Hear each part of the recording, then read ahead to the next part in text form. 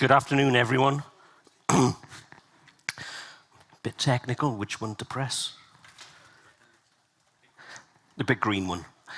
Afternoon, everyone. My name's Steve Jones from Huber and Sooner. Just for those who don't know, Huber and Sooner are a Swiss-based, Swiss-German organization, and we do everything from fiber patch cables, patch cords, DWDM systems, transceivers, all the way through to all optical cross-connects.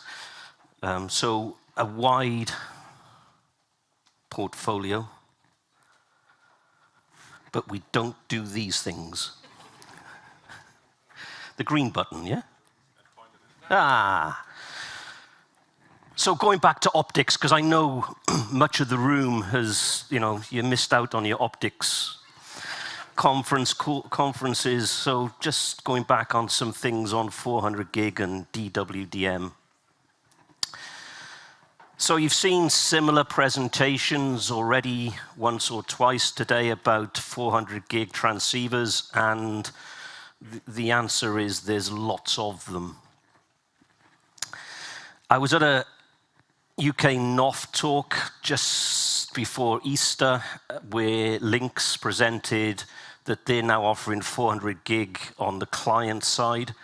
Obviously, there's quite a few organizations offering 400 gig in the core, but they're offering 400 gig on the client side. And they're using a mix of 400 gig LR4 or FR4. That's what they're offering, and the reason they're offering them is because that's what their Nokia kit supports. So there's lots of different 400 gigs out there. Fundamentally, it'll be driven by what your vendor supports. This is a presentation. I'm in a sales marketing role. I've got to have slides like this because it shows futures. As already been discussed and mentioned this morning, the ZR optical over IP DWDM is definitely happening. 400 ZR volumes are going to increase. These all come from Del Oro and other research organizations, Signal. So these are all the marketing companies telling us this is all going to happen. And it is happening. It is happening. And 800 gigs come in and things beyond there. The first talk this morning was about greenfield versus brownfield. How many totally new networks are out there? Virtually everybody has a network where they have to maintain for some period of time existing services. So the wonderful blue sky world of 400 gig is going to happen, is happening. But it provides more complexity. You've seen lots of different sides already showing the various options for 400 gig. One thing that perhaps hasn't been mentioned, but any of you having power as an issue,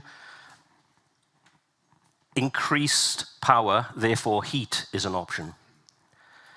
And as I mentioned, network integration, you have to keep the existing services working. If you pull a customer off, they won't be happy, right? They'll let you know about it. So I'm just going to now move on to this wonderful world that is ZR and OpenZR and even some proprietary stuff. And I haven't got every single version here, okay? There's lots of websites and great presentations. We'll give you a lot more information on this. Vendor interop was mentioned this morning by Kent, right? In theory, yeah, not a problem. In theory. So they can do various things. Optical reaches are different things. We are seeing, just as a point of going for the Infinera presentation, there is a move towards more online 400 gig coherent solutions, without a doubt. Modulation changes, and I'll touch on modulation again in a moment. So modulation changes, and there's different versions available. Launch power, client interface power. Did I mention power? 20 watts. 26 watts on some of this stuff. I hope you've got your data centers set up, ready for all of this. And then you have different form factors. You have QSFP, DD, OSPF, and CFP-based solutions. What we're seeing is, and maybe Flex Optics and others are seeing the same. We're seeing a move towards QSFP-DD as the default, as most people are going that route, with the exception of some onboard CFP-based stuff. But it's complicated. As an industry, we love the fact that we're moving ahead at a huge rate. We invent stuff really, really well. We've got some really clever people in this industry, but we have to maintain what we've currently got. So just going back again, I'm just re-emphasizing the point that Kent made. So this is a standard ITU grid, ITU G694.1, if you want to go and have a look. It's specified DWDM. All DWDM vendors use this, so you can have DWDM vendor A at one end, DWDM vendor B at the other end. We can always talk about losses and amplification and stuff a separate time. A typical DWDM system uses 40 channels with 100 gigahertz, 0.8 nanometer spacing. It was a question mentioned this morning. You can have 50 gigahertz spaced muxes as well. They're typically used in 80 channel muxes. The point of this one is we're actually looking at the midpoint here, so it's 100 gigahertz between the midpoint. We just chose 3 channels at random. Channel 21, 22, 23 is 100 gigahertz spaced. So it's a 100 gigahertz spaced solution. I'm going to have to get my gigahertz and gigabits correct in a moment. So whilst it's 100 gigahertz space, the passband is typically around 50 gigahertz. Most transceivers, 10 gig, 1 gig, 100 gig, will work in a 100 gig DWDM, will work in that 50 gigahertz band. So, because they're also used, as alluded to earlier, on the 50 gigahertz spaced standards as well. So that's where they are. That's the laser width. With some coherent optics, the width is slightly wider than the standard 50 gigahertz passband. So that means that, I'll just take a step back. So 400 gig is becoming more widely used. The easiest way to deploy WDM is using passive WDM, 100 gigahertz space passive WDM. Easiest way to deploy it, and it moves towards the IP over DWDM. Whilst we talked about 40 channel and 80 channel muxes, if we're looking at the metro access, often they're 4, 8 channel muxes, but they still conform to the 100 gigahertz space standards. But they're typically 4 or 8 channel muxes. You don't need a 40 channel mux in your access network. So with 400 coherent transceivers, as I said, they're slightly wider than the standard 50 gigahertz passband. Some, I must say some, not all, of course. Now, which ones? We're still working all of that.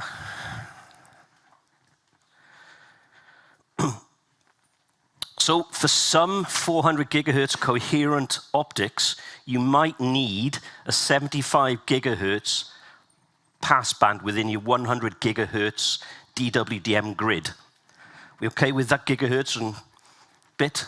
Okay. 75 gigahertz passband is certainly wide enough for all 400 gig coherent transceivers. Plus, of course, it'll work with any existing optical services you've got running over that DWDM network, because you have to keep that 10 gigs or n times 10 gig network running. You can't just switch it off, or 25 gig, or 100 gig, or whatever it's going to be. One example, INEX, Ireland, most people here might know of INEX. They wanted to run 600 gig using 64 QAM. There was 2 locations. One was about 7 kilometers, one was about 14 kilometers between their data centers. The link came up and was running and it was working. But what they noticed was they're having high bit error rates. We worked out they needed around a 75 gigahertz for the 600 gig modulation to work, because they still had, I'm repeating myself, I realize that, it's my age. They still had to keep going with that those 1 gig and 10 gig services whilst they were rolling out this 600 gig service. So what's the solution? there's two options. Option one is use a 200 gigahertz space mux, because then they just miss out every other channel. And that's what iNext chose to do, because they're running 600 gig, and they thought that was, maybe a couple of 600 gigs would more than meet their needs for a couple of years between these data centers, whilst they kept running the existing services. Option two is use muxes that are capable of 75 gigahertz passband with it, because if you have muxes in the 100 gigahertz spaced spectrum with a 75 gigahertz passband, you can run all of your 400 gig optics of your choice or your vendor's choice in the future over a DWDM network. My talk was very short because it's a lightning talk, and it's just after lunch, I know. Any questions?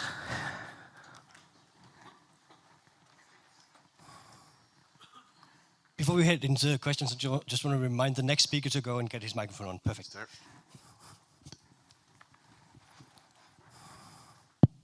Hello, Matthias from Cisco.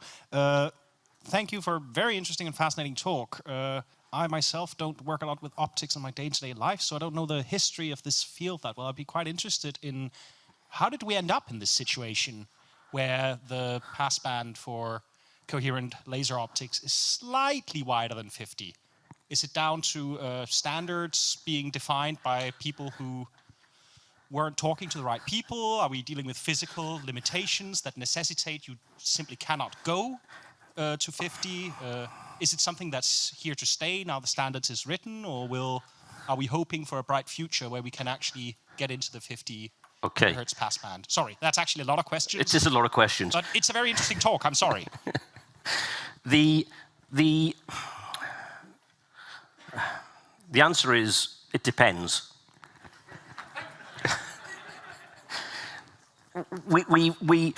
It's like if you build any new network, you wouldn't build what you've currently got now. You'd start from somewhere else. So a lot of this is historical. A lot of people have developed stuff. And a lot of the limitations are to do with the modulation that's used within the 400 gig. So it's a modulation issue rather than an amplitude issue or anything like that. So we are where we are. We sometimes, as an industry, charge ahead and then go, maybe we should have thought about that. And this isn't just optics, guys. This is across the industry, right? So I don't have an answer for you. But I'm sure some very clever people do. That's not me, though.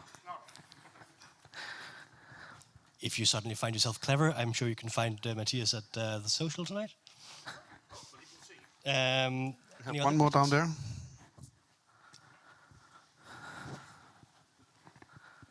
Needs to get these steps in. Yeah, hi, Eric from Glasses. How likely is this to repeat itself with future standards? And will 800 or 1600 gigabits per second also creep a little bit wider, so you have to keep replacing your muxes every 5 years or so? Well, please keep replacing your muxes every 5 years, because I've got a wife and kids to support, okay? Every 3 years, if you must.